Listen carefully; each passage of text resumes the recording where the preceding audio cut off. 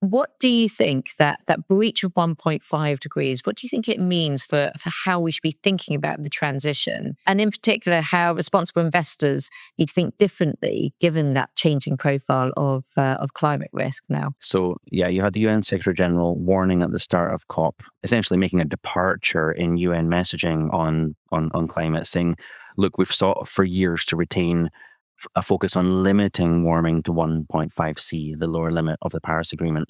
And this new message, informed by the latest science and policy dynamics, is that that's not feasible, right? So in opening COP, then you had the UN saying, warning essentially of these potentially catastrophic tipping points, the amplification of threats to peace and security. And this is in recognition of the fact that NDCs submitted prior to COP put us on track for upwards of 2.5 degrees of warming this century, which really does mean higher financial risk, higher risk to economies, and so on.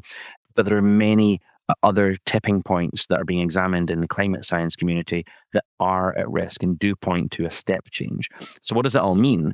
It means that investors grappling with worsening physical risks and the non-linearity of those risks are enhancing their analyses, they're enhancing their assessments of climate risks now, and doing more to integrate that, to engage investment teams, investment boards on strategy, on risk management. We issued a briefing in June this year, a PRI briefing. Perhaps we can link that in the show notes. And this is all about how do responsible investors continue to use the agency they have, engage with the transition, and to manage this changing profile of climate risks as we approach and breach 1.5C. So we firmly believe that responsible investments still have a lot of agency